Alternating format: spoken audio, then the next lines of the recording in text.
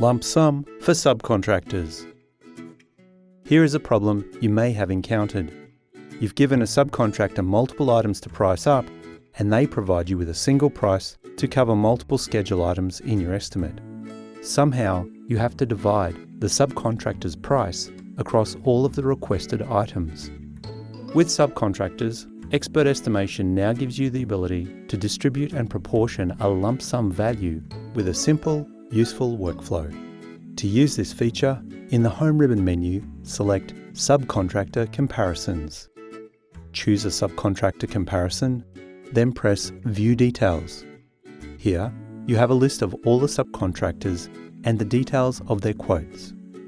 To distribute a lump sum value, select a subcontractor, and in the ribbon menu, press Subcontractor Details.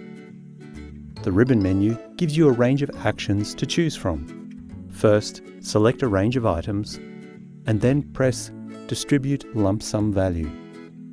The default lump sum distribution method is to replace any existing quoted total. You can change the distribution method here and add distributed value to the existing quoted total. You can proportion that amount evenly across the selected items. Then press Distribute or hit the Enter key. You can also proportion that amount based on item quantities. You can split the lump sum based on the quoted total of another subcontractor.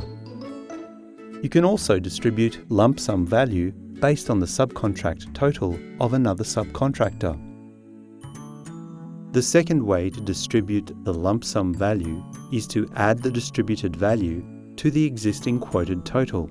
This is useful if you need to add an additional amount. The application will add the lump sum value proportionally to the existing values that are already there, rather than replacing them.